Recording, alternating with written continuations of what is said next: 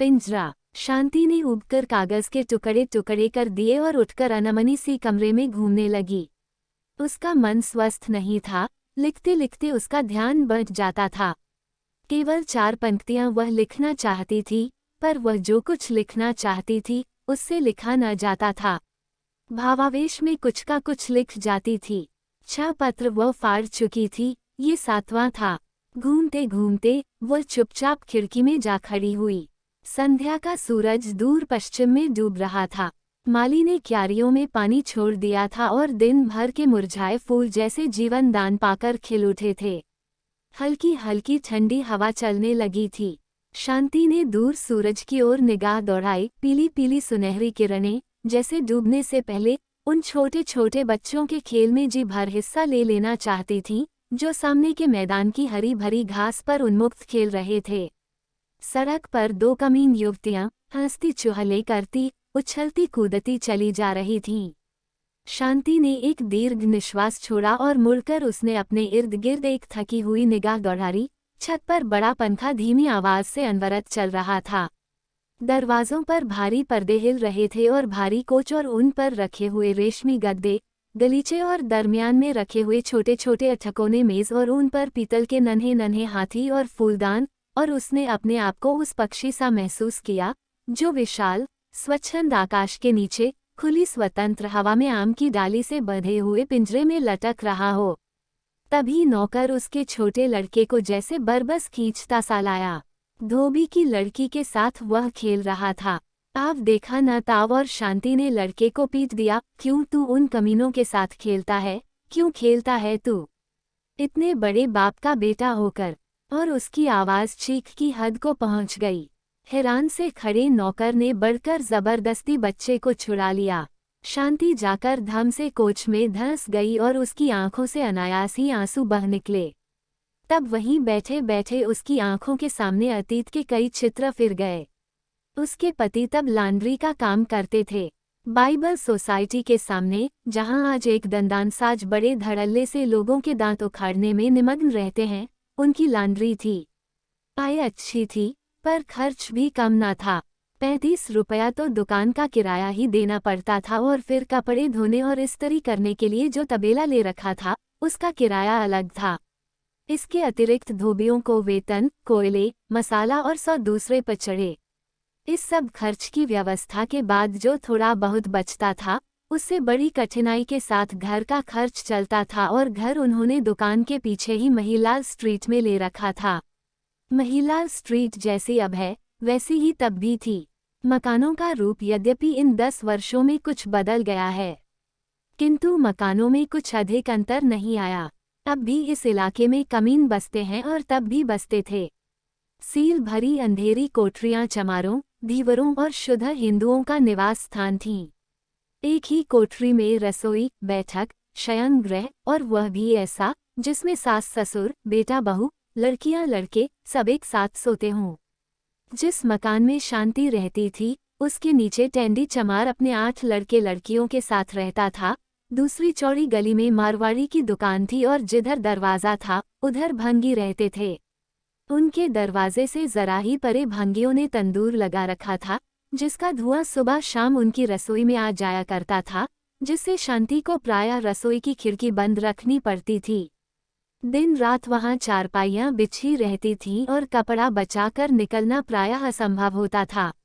गर्मियों के दिन थे और म्यूनिसिपैलिटी का नल काफी दूर अनारकली के पास था, इसलिए गरीब लोगों की सहूलियत के ख्याल से शांति ने अपने पति की सिफारिश पर नीचे डेवरी के नल से उन्हें पानी लेने की इजाज़त दे दी। किंतु जब उन्हें उस मकान में आए कुछ दिन बीते, तो शांति को मालूम हो गया कि यह उदारता बड़ी महंगी पड़ेगी। एक दिन जब उसके पति नहाने के बाद साबुन की डिबिया नीचे ही भूल आए और शांति उसे उठाने गई, तो उसने उसे नदारद पाया। फिर कुछ दिन बाद तौलिया गायब हो गया और इसी तरह दूसरे तीसरे कोई न कोई चीज़ गुम होने लगी। हारकर एक दिन शांति ने अपने पति के पीछे पड़कर नल की टोंटी पर लकड़ी का छोटा सा बक्सा लगवा दिया और चाबी उसकी अपने पास रख ली। दूसरे दिन जब एक ही धोती से शरीर ढांपे वह पसीने से निचुड़ती हुई चूल्हे के आगे बैठी रोटी की व्यवस्था कर रही थी, तो उसने अपने सामने एक काली सी लड़की को खड़ी पाया। लड़की उसकी समवयस्क थी। रंग उसका बेहद काला था और शरीर पर उसने अत्यंत मैली कुचली धोती और बंडी पहन रखी थी। वो अपने गहरे काले बालों में सरसों ही का तेल डालती होगी, क्योंकि उसके मस्तक पर बालों के नीचे पसीने के कारण तेल में मिली हुई मैल की एक रेखा बन रही थी। चौड़ा सा मुंह और चपटी सी नाक। शांति के हृदय में क्रोध और घृणा का तूफान उमड़ आया। आज तक घर में जमादारिन के अतिरिक्त नीचे रहने वाली किसी कमीन लड़की को ऊपर आने का साहस न हुआ था और न स्वयं ही उसने किसी से बातचीत करने की कोशिश की थी। लड़की मुस्कुरा रही थी और उसकी आंखों में विचित्र सी चमक थी। क्या बात है? जैसे आंखों ही आंखों में शांति ने क्रोध से पूछा। तनिक मुस्कुराते हुए लड़की ने प्रार्थना की कि बीबी जी, पानी लेना है। हमारा नल भंगी चमारों के लिए नहीं, हम भंगी हैं न चमार। फिर कौन हो? मैं बीबी जी, सामने के मंदिर के पुजारी की लड़की। लेकिन शांति ने आगे न सुना था। उसे लड़की से बातें करते करते घिन आती थी। धोती के छोर से चाबी खोलकर उसने फेंक दी। इस काले कलूटे शरीर में दिल काला न था और शीघ्र ही शांति को इस बात का पता चल गया। रोज ही पानी लेने के वक्त चाबी के लिए गोमती आती। गली में पूर्वियों का जो मंदिर था वह उसके पुजारी की लड़की थी। अमीरों के मंदिरों के पुजारी भी मोटरों में घूमते हैं। यह मंदिर था गरीब पूर्वियों का, जिनमें प्रायः सब चौकीदार, चपरासी, साइस अथवा मजदूर थे। पुजारी का कुटुंब भी खुली गली के एक और भांगियों की चारपाइयों के सामने सोता था और जब रात को कोई तांगा उधर गुजरता तो प्रायः किसी न किसी की चारपाई उसके साथ घिसटती हुई चली जाती। मंदिर में कुआं तो था, पर जब से इधर नल आया उस पर डोल और रस्सी कभी ही रही और फिर जब समीप ही किसी की डेवरी के नल से पानी मिल जाए तो कुएं पर बाजू तोड़ने की क्या जरूरत है। इसलिए गोमती पानी लेने और कुछ पानी लेने के बहाने बातें करने रोज ही सुबह शाम आ जाती। बटलोही नल के नीचे रखकर, जिसमें सदैव पान के कुछ पत्ते तैरा करते, वह ऊपर चली आती और फिर बातों बातों में भूल जाती कि वह पानी लेने आई है और उस समय तक न उठती जब तक उसकी बुढ़िया दादी गली में अपनी चारपाई पर बैठी हुई चीख चीख कर गालियां देती हुई उसे न पुकारती। इसका यह मतलब नहीं कि इस बीच में शांति और गोमती में मित्रता हो गई थी। हाँ, इतना अवश्य हुआ कि शांति जब रसोई में खाना बनाती अथवा अंदर कमरे में बैठी कपड़े सीती तो उसको गोमती का सीढ़ियों में बैठकर बातें करते रहना बुरा नहीं लगता था। कई तरह की बातें होती, मोहल्ले के भंगियों की बातें, चमारों के घरेलू झगड़ों की बातें और फिर कुछ गोमती की निजी बातें। इस बीच में शांति को मालूम हो गया कि गोमती का विवाह हुए वर्षों बीत चुके हैं, पर उसने अपने पति की सूरत नहीं देखी। बेकार है, इसलिए न वो उसे लेने आता है और न उसके पिता उसे उसके साथ भेजते हैं।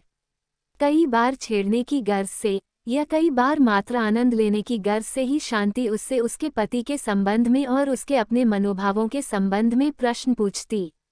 उत्तर देते समय गोमती शर्मा जाती थी, किंतु इतना सब होते हुए भी उसकी जगह वहीं सीढ़ियों में ही बनी रही।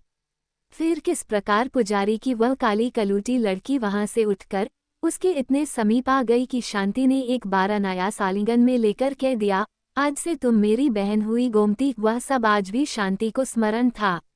सर्दियों की रात थी और अनारकली में सब और धुआं धुआं हो रहा था। ऐसा प्रतीत होता था जैसे लाहौर के समस्त तंदूरों, होटलों, घरों और कारखानों से सारे दिन उठने वाले धुएं ने सांझ होते ही इकट्ठे होकर अनारकली पर आक्रमण कर दिया हो। शांति अपने नन्हे को कंधे से लगाए, हाथों में कुछ हल्के फुल्के लिफाफे थामे क्रय विक्रय करके चली आ रही थी। वो कई दिन के अनुरोध के बाद अपने पति को इधर ला सकी थी और उन्होंने जी भर खाया पिया और खरीद किया था। अनारकली के मध्य बंगाली रसगुल्लों की जो दुकान है, वहां से रसगुल्ले खाने को शांति का बड़ा मन होता था, पर उसके पति को कभी इतनी फुर्सत ही न हुई थी कि वहां तक सिर्फ रसगुल्ले खाने के लिए जा सकें।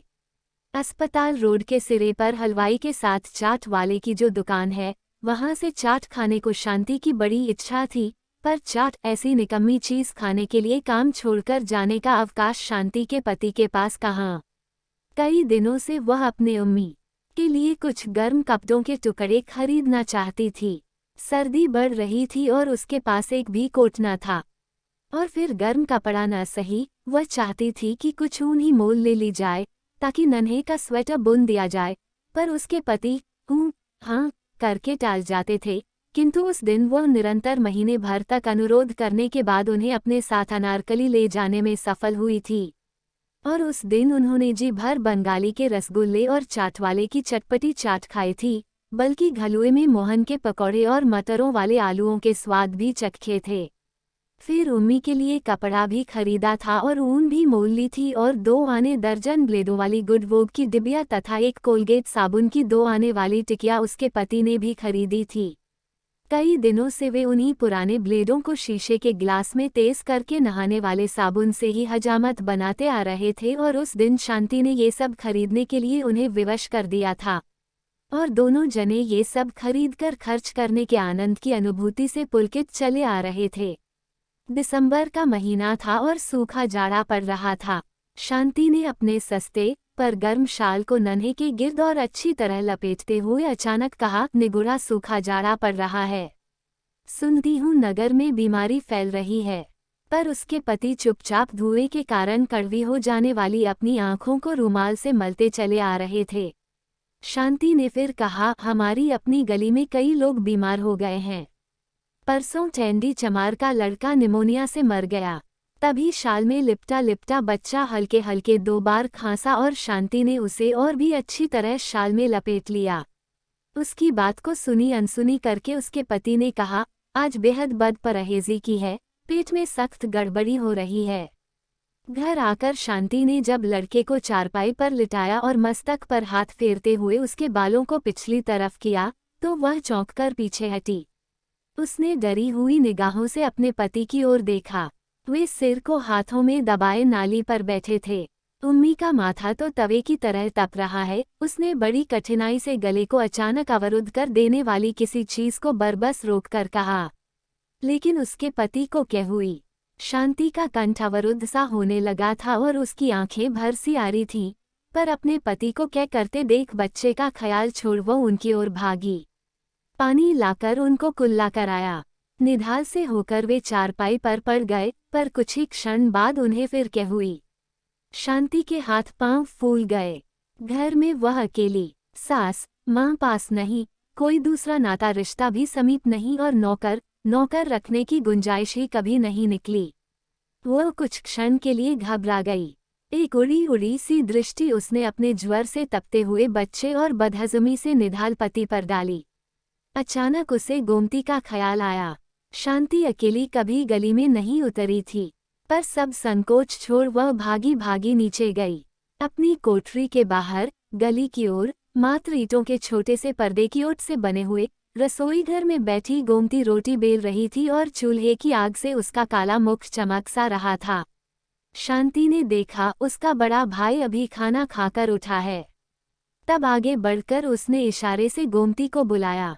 तवे को नीचे उतार और लकड़ी को बाहर खींचकर गोमती उसी तरह भागी आ रही। तब विनीत भाव से संक्षेप में शांति ने अपने पति तथा बच्चे की हालत का उल्लेख किया और फिर प्रार्थना की कि वह अपने भाई से कहकर तत्काल किसी डॉक्टर को बुला दे। उनकी लॉन्ड्री के साथ ही जिस डॉक्टर की दुकान है, वह सुना है पास ही लाजपती रोड पर रहता है। यदि वह आ जाए तो बहुत ही अच्छा हो। और फिर साड़ी के छोर से 5 रुपये का एक नोट खोल शांति ने गोमती के हाथ में रख दिया कि फीस पहले ही क्यों न देनी पड़े, पर डॉक्टर को ले अवश्य आए। और फिर चलते चलते उसने ये भी प्रार्थना की कि रोटी पकाकर संभव हो तो तुम ही जरा आ जाना उम्मी। शांति का गला भर आया था। गोमती ने कहा था, आप घबराएं नहीं, मैं अभी भाई को भेज देती हूँ और मैं भी अभी आ रही। और यह कहकर वह भागती सी चली गई थी। शांति वापस मुड़ी तो सीढ़ियां चढ़ते चढ़ते उसने महसूस किया कि शंका और भय से उसके पांव कांप रहे हैं और उसका दिल धक धक कर रहा है। ऊपर जाकर उसने देखा, उसके पति ऊपर से उतर रहे हैं। हाथ में उनके खाली लोटा है, चेहरा पहले से भी पीला हो गया है और माथे पर पसीना छूट गया है। शांति के उड़े हुए चेहरे को देखकर उन्होंने हंसने का प्रयत्न करते हुए कहा, घबराओ नहीं, सर्दियों में हैजा नहीं होता। शांति ने रोते हुए कहा, आप ऊपर क्यों गए, वहीं नाली पर बैठ जाते। किंतु जब पति ने नाली की ओर और फिर चारपाई पर पड़े हुए बीमार बच्चे की ओर इशारा किया तो शांति चुप हो गई। उसने पहले सहारा देकर पति को बिस्तर पर लिटाया, फिर नाली पर पानी गिराया, फिर दूसरे कमरे में बिस्तर बिछा, बच्चे को उस पर लिटा आ रही। तभी गोमती आ गई। खाना तो सब खा चुके थे, अपने हिस्से का आटा उठा, आग बुझा, वह भाग आ रही थी। शांति ने कहा, मैं उम्मी को उधर कमरे में लिटा आ रही हूँ। मुझे डर है उसे सर्दी लग गई है। सांस उसे और भी कठिनाई से आने लगी है और खांसी भी बढ़ गई है। निचली कोठरी में पड़े हुए पुराने लिहाफ से कपड़े ले लो और अंगीठी में कोयले डाल उसकी छाती पर जरा उससे सेक दो। इनके पेट में गड़बड़ है। मैं इधर इसका कुछ उपचार करती हूँ। कुछ नहीं तो गर्म पानी करके बोतल ही फेरती हूँ। गोमती ने कहा, इन्हें बीबी जी कोई हाजमे की चीज दो। हमारे घर तुम्मे की अजवाइन है, मैं उसमें से कुछ लेती आ रही हूँ। जब तक डॉक्टर आए उसे ही जरा गर्म पानी से इन्हें दे दो। बिना किसी तरह की हिचकिचाहट के शांति ने मैली सी पुड़िया में बड़ी काली सी अजवाइन ले ली थी और गोमती अंगीठी में कोयले डाल नीचे कपड़े लेने भाग गई थी। बाहर शाम बढ़ चली थी। वहीं कमरे के अंधेरे में बैठे बैठे शांति की आंखों के आगे चिंता और फिक्र के वे सब दिन रात फिर गए। उनके पति को हैजा तो ना था, किंतु गैस्ट्रोएंटेराइटिस तीव्र किस्म का था। डॉक्टर के आने तक शांति ने गोमती के कहने पर उन्हें तुम्मे की अजवाइन दी थी, प्याज भी सुंघाया था और गोमती अंगीठी उठाकर दूसरे कमरे में बच्चे की छाती पर सेक देने चली गई थी। डॉक्टर के आने पर मालूम हो गया था कि उसे निमोनिया हो गया है और अत्यंत सावधानी की आवश्यकता है। शांति अपने पति और अपने बच्चे दोनों की एक साथ कैसे तीमारदारी करती, उसने अपनी विवशता से गोमती की ओर देखा था, पर उसे होंठ हिलाने की जरूरत न पड़ी थी। बच्चे की सेवा शुश्रूषा का समस्त भार गोमती ने अपने कंधों पर ले लिया था। शांति को मालूम भी न हुआ था कि वह कब घर जाती है, कब घर वालों को खाना खिलाती है या खाती है या खिलाती खाती भी है या नहीं। उसने तो जब देखा उसे छाया की भांति बच्चे के पास पाया। कई दिन तक एक ही जून खाकर गोमती ने बच्चे की तीमारदारी की थी। दोपहर का समय था, उसके पति दुकान पर गए हुए थे। उम्मी को भी अब आराम था और वह उसकी गोद से लगा सोया पड़ा था और उसके पास ही फर्श पर टाट बिछाए गोमती पुराने ऊन के धागों से स्वेटर बुनना सीख रही थी। इतने दिनों की थकी हारी उनींदी शांति की पलकें धीरे धीरे बंद हो रही थी। वह उन्हें खोलती थी, पर वे फिर बंद हो जाती थी। आखिर वह वैसे ही पड़ी पड़ी सो गई थी। जब वह फिर उठी तो उसने देखा उम्मी रो रहा है और गोमती उसे बड़े प्यार से सुरीली आवाज में थपक थपक कर लोरी दे रही है। शांति ने फिर आंखें बंद कर ली। उसने सुना गोमती धीमे धीमे स्वर से गा रही थी, आरी कको जारी कको जंगल पक्को बेर, भैया हाथे ढेला चिड़ैया उड़े जा। और फिर आरी चिड़ैया दो पप्पड़ पकाए जा, भैया हाथे ढेला चिड़ैया उड़े जा। बच्चा चुप कर गया था। लोरी खत्म करके उसने बच्चे को गले से लगाकर चूम लिया। शांति ने अर्धनिमीलित आंखों से देखा, बच्चे के पीले जर्द सूखे से मुख पर गोमती का काला स्वस्थ मुख झुका हुआ है। सुख के आंसू उसकी आंखों में उमड़ आए। उसने उठकर गोमती से बच्चे को ले लिया था और जब वह फिर टाट पर बैठने लगी थी तो दूसरे हाथ से शांति ने उसका हाथ पकड़ चारपाई पर बिठाते हुए उसे अपने बाजू से बांध लिया था और कहा था, आज से तुम मेरी बहन हुई गोमती। आंखें बंद किए शांति इन्हीं स्मृतियों में गुम थी। उसकी आंखों से चुपचाप आंसू बह रहे थे कि अचानक उसके पति अंदर दाखिल हुए। किसी जमाने में लॉन्ड्री चलाने वाले और समय पड़ने पर स्वयं अपने हाथ से इस्त्री गर्म करके कपड़ों को प्रेस करने में भी हिचकिचाहट न महसूस करने वाले ला शून्य दीनदयाल और लाहौर की प्रसिद्ध फर्म दीनदयाल एंड सन्स के मालिक प्रख्यात शेयर ब्रोकर लाला दीनदयाल में महान अंतर था। इस 10 वर्ष के अरसे में उनके बाल यद्यपि पक गए थे, किंतु शरीर कहीं अधिक स्थूल हो गया था। ढीले ढाले और प्रायः लॉन्ड्री के मालिक होते हुए भी मैले कपड़े पहनने की जगह अब उन्होंने अत्यंत बढ़िया किस्म का रेशमी सूट पहन रखा था और पांवों में श्वेत रेशमी जुराबे तथा काले सैंडल पहने हुए थे। शांति ने झट रूमाल से आंखें पोंछ ली। बिजली का बटन दबाते हुए उन्होंने कहा, यहाँ अंधेरे में क्या पड़ी हो? उठो, बाहर बाग में घूमो फिरो। और फिर बोले, इंद्रानी का फोन आया था कि बहन यदि चाहें तो आज सिनेमा देखा जाए। बहन दिल ही दिल में विषाद से शांति मुस्कुरारी और उसके सामने एक और काली कलूटी सी लड़की का चित्र खींच गया, जिसे कभी उसने बहन कहा था। किंतु प्रकट उसने सिर्फ इतना कहा, मेरी तबीयत ठीक नहीं। मुंह फुलाए हुए ला शून्य दीनदयाल बाहर चले गए। तब आंखों को फिर एक बार पोंछकर और तनिक स्वस्थ होकर शांति मेज के पास आ रही और कुर्सी पर बैठ पैर अपनी ओर को खिसका कलम उठाकर उसने लिखा, बहन गोमती, तुम्हारी बहन अब बड़ी बन गई है। बड़े आदमी की बीबी है। बड़े आदमियों की बीबियां अब उसकी बहनें हैं। पिंजरे में बंद पक्षी को कब इजाजत होती है कि स्वच्छंद स्वतंत्र विहार करने वाले अपने हमजोलियों से मिले। मैंने तुम्हें कल फिर आने के लिए कहा था, पर अब तुम कल न आना। अपनी इस बंदिनी बहन को भूलने की कोशिश करना। शांति। इस बार उसने एक पंक्ति भी नहीं काटी और न कागज ही फाड़ा। हाँ, एक बार लिखते लिखते फिर आंखें भर आने से जो एक दो आंसुओं की बूंदें पत्र पर अनायास ही गिर पड़ी थीं, उन्हें उसने ब्लॉटिंग पेपर से सुखा दिया था। फिर पत्र को लिफाफे में बंद करके उसने नौकर को आवाज दी और उसके हाथ में लिफाफा देकर कहा कि महिलाल स्ट्रीट में पूर्वियों के मंदिर के पुजारी की लड़की गोमती को दे आए। और फिर समझाते हुए कहा, गोमती कुछ ही दिन हुए अपनी ससुराल से आ रही है। पत्र लेकर नौकर चला ही था कि शांति ने उसे फिर आवाज दी और पत्र उसके हाथ से लेकर फाड़ डाला। फिर धीरे से उसने कहा, तुम गोमती से कहना कि बीबी अचानक आज मैके जा रही है और 2 महीने तक वापस न लौटेगी। ये कहकर वह फिर खिड़की में जा खड़ी हुई और अस्त हो जाने वाले सूरज के स्थान पर ऊपर की ओर बढ़ते हुए अंधेरे को देखने लगी। बात इतनी ही थी कि आज दोपहर को जब वे ब्रिज खेल रहे थे, तब नौकर ने आकर खबर दी थी कि महिलाल स्ट्रीट के पुजारी की लड़की गोमती आई है।